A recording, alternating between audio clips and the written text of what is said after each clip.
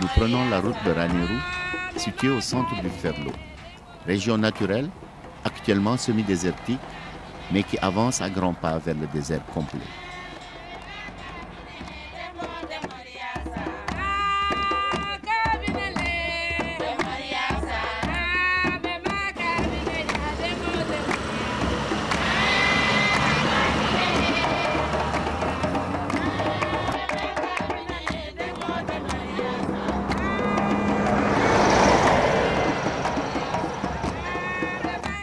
La nature est essentiellement peuplée d'épineux, comme la gomme arabique et le combreton, communément appelé le rat. Le rat, très utilisé comme bois de chauffe, est abondant. Le déficit pluviométrique est insupportable au rat, qui meurt sur pied. Il est alors abondamment abattu pour son bois à brûler. L'eau est si rare dans cette région et la chaleur si forte. La température qui peut parfois atteindre 50 degrés à l'ombre. L'arrivée de l'eau est alors fêtée par les hommes et par les bêtes. Le moindre retard du camion qui amène les provisions peut avoir des conséquences dramatiques. Pour ñu ñëw di jógee Linguère fa la ñuy jëlee bërigo ñu ngi ko fay jëlee 250 bu ñëwee fii moom les gars yi vidé di ko naan ci àll bi quoi parce que ñoom dañ fiy ñëw def ay quelques jours ay peu 15 jours wala ay 1 mois yooyu.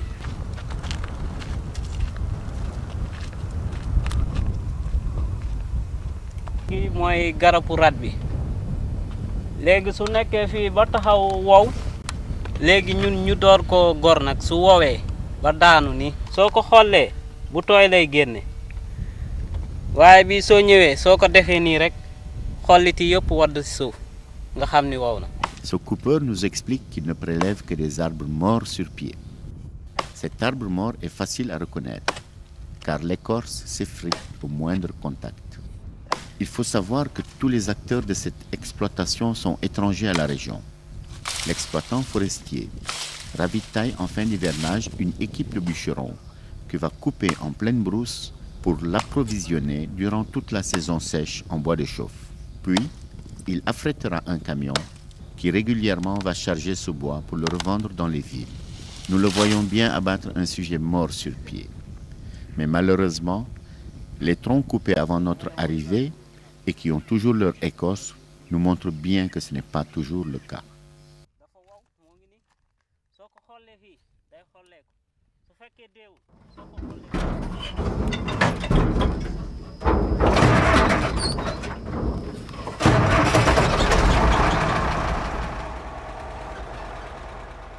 Les charrettes approvisionnent les grands bourgs et les communautés comme Linguère et Dara, pendant que les camions fournissent les centres urbains tels que Touba et Louga.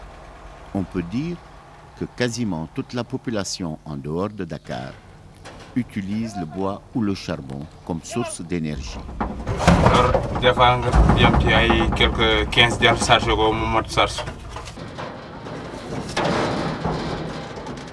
Cette trop forte pression de la demande, associée à un facteur climatique de plus en plus défavorable, nous mène à une désertification inéluctable. Il faut impérativement que les populations des centres urbains se convertissent vers les énergies fossiles telles que le pétrole ou le gaz. matt bu wow dafa bari ci àll bi lu tax. ah bariwul noonu de ay furaat rek moo fa ne. waaw mais garab yi yëpp yi ñu wër yëpp dafa dee pour lan. ah xaw ma lu tax loolu de. ñaata garab mooy feesal camion. ah loolu bari na de. oto bi yëpp mën na yóbbu téeméer garab ak lu teg. Une période hivernale très courte font que les populations rurales sont souvent des chômeurs permanents. camion yi moom en général yenn saa yi ay 15 dana duggandoo waaye yëpp duñ génnandoo quoi yëpp duñ génnandoo yu bari mën nañoo duggandoo waaye yëpp duñ génnandoo temps à temps ay 10 duggandoo temps à temps 15 temps à temps lépp la dugg. da nga fay transport 120 000 fay borom matt mi 40 000 fay eaux et forêt 15 000 francs circuler yooyu daanaka boo seetloo bu li nga ci dese ay 15 000 francs gën ngaa néew.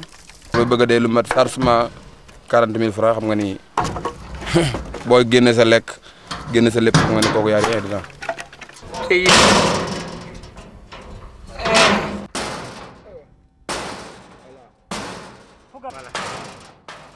Malgré leurs déclarations faites pour nous apitoyer sur leur sort, nous constatons que près de la moitié du chargement est constitué de bois vert, ce qui nous donne 100 arbres vivants et en bonne santé abattus sur pied. Allons maintenant au Sénégal oriental, région de Tambacounda, en souhaitant que là, au moins, les ressources naturelles forestières seront mieux gérées. Hélas, nos espoirs sont très vite déçus. Les mêmes apitoyantes complaintes pour un travail jamais rentable, mais d'une efficacité redoutable pour détruire la forêt. On coupe ça à 40 km de Tamba. Ça fait combien d'années que vous êtes dans le métier? Nous avons fait ça, c'est plus que 10 ans. Et d'après vous, monsieur, Oui. la forêt, elle est comment maintenant? Ça ne donne plus maintenant, il n'y a plus de fonction. Hein.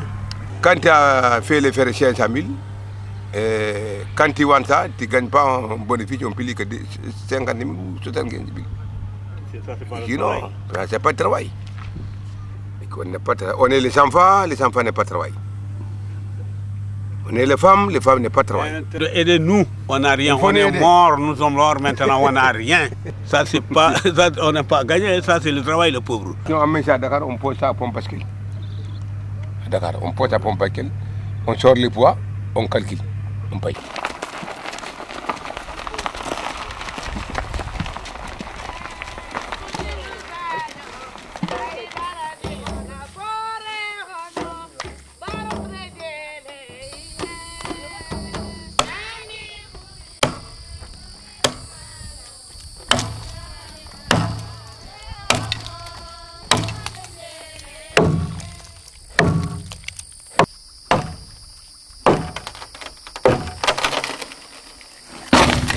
lan moo rey garab yi?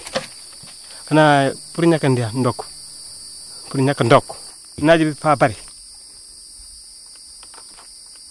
ma laaj la yow ñaata garab ngay gor par jour? fukka ñett wala fukka ñaar wala fukka fekkente ne bant bi rëy na damay gor juróom ñaar ñun duñu gor garab bu garab tooy bu wow rek lañu gor.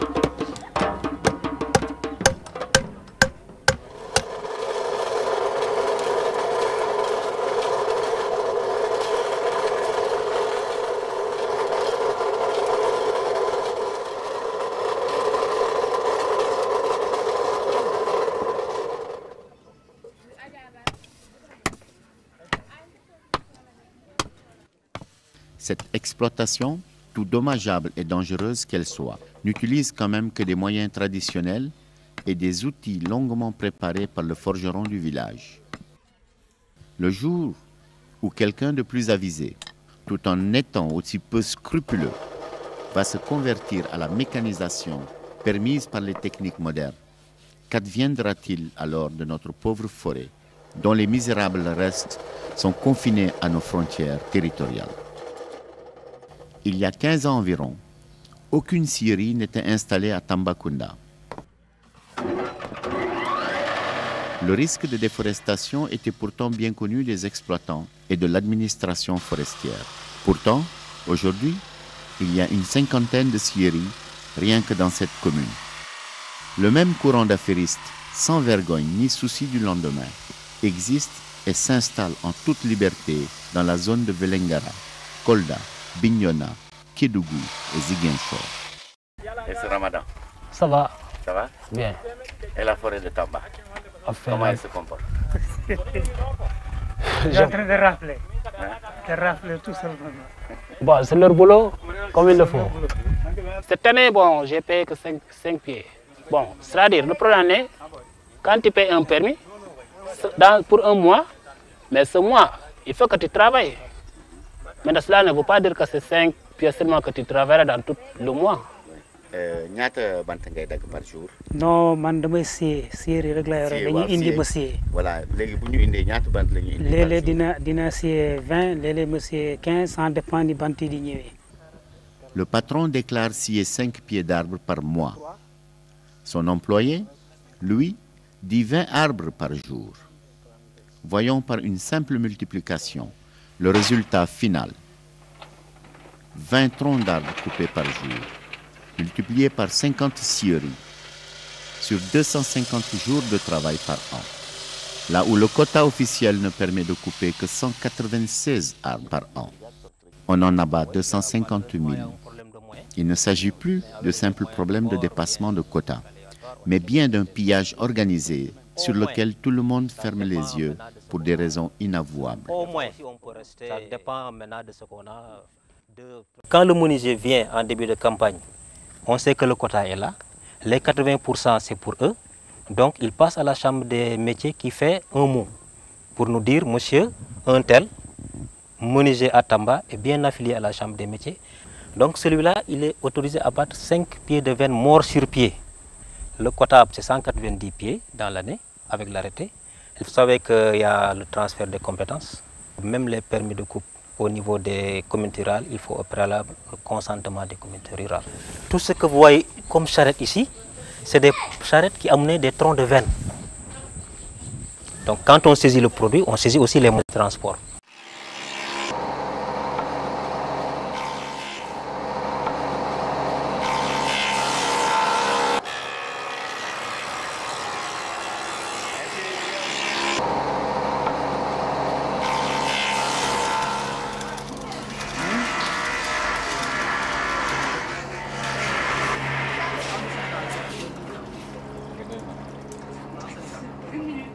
Nous sommes exploités.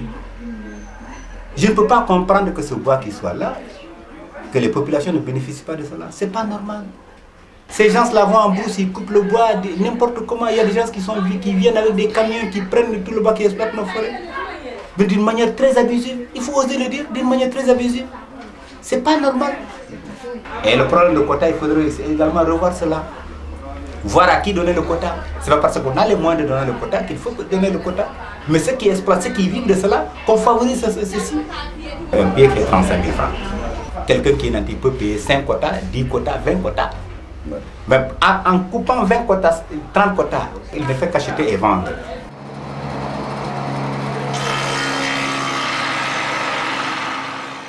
Moi, c'est cette matière que j'utilise, c'est cette matière que j'exploite. Moi, je voudrais qu'on coupe, mais que ce ne soit pas de manière exagérée. Et protéger, c'est moins couper.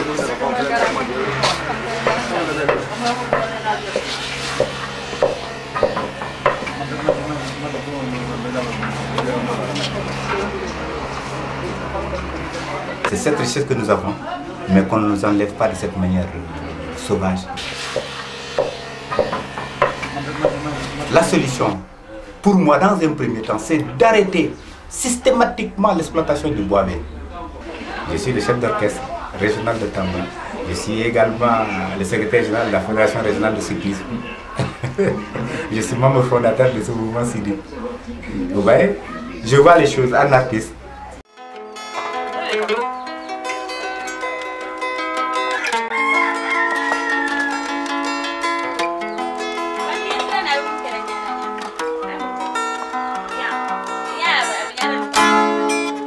Senegali kumbota, Ulal kumbota, Ue kumbota,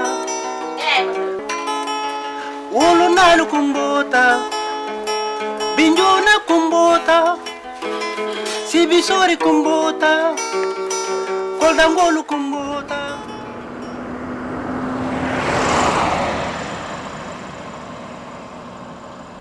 Nous ne quitterons pas la région de Tambacounda sans avoir remercié la famille Diabaté pour son hospitalité.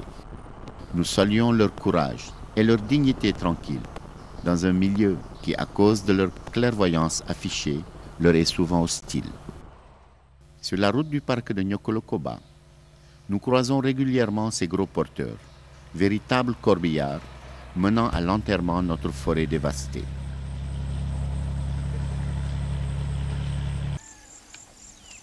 D'accord. En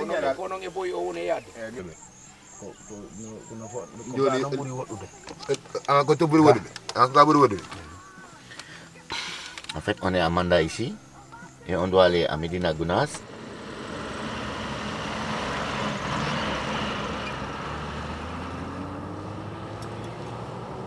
Et après à Linkiri. Linkiri.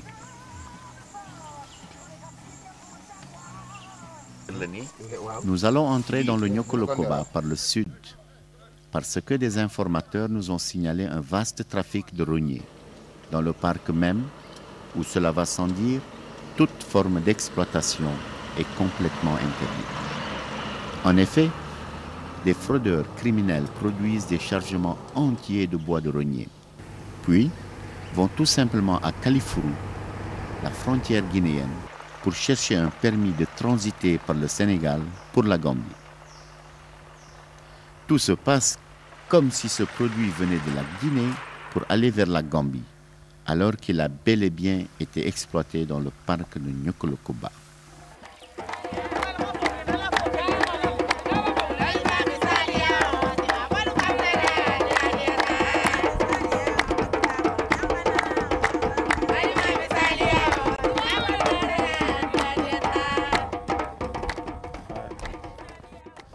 Essentiel pour les politiques, une certaine cohérence au niveau des politiques, que ce soit au niveau régional ou sous-régional. Voies de surveillance. Donc on se sert de ces voitures pour contrôler un peu ce qui se passe dans le parc. Voilà. Je prends l'exemple d'ici, là où on est. Il y a 10 ans, ce n'était pas comme ça. C'était une grande forêt. Bien fermée, bien fermée. Donc avec un petit cours d'eau qui est là, qui permet maintenant de maintenir cette végétation. Et malheureusement, maintenant, cette végétation-là, on ne voit plus rien. Et on n'est pas sûr qu'en 15 ans, on va rétablir cette végétation.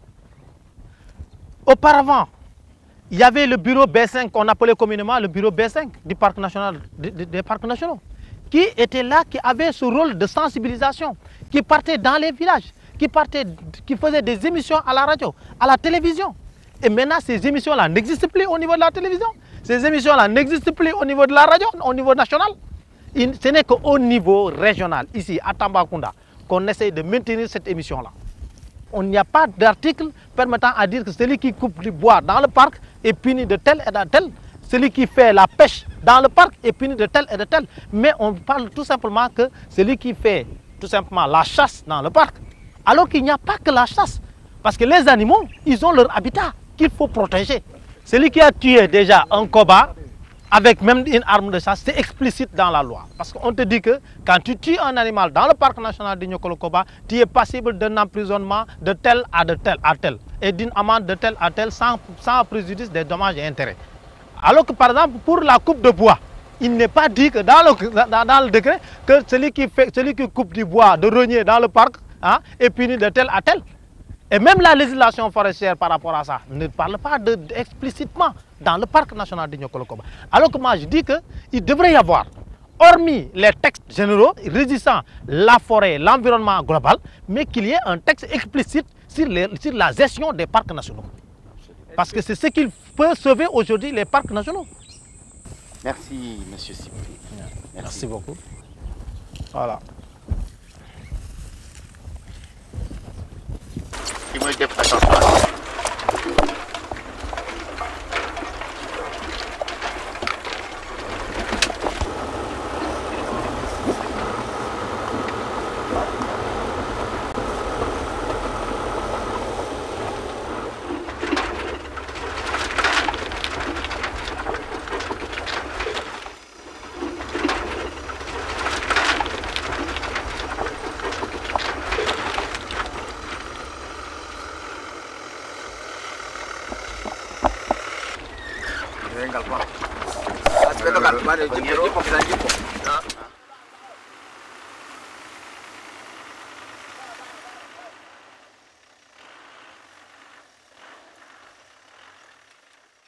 En cherchant, sans beaucoup d'efforts, nous tombons nez à nez sur un camion en train de charger une pleine cargaison de bois de rognier.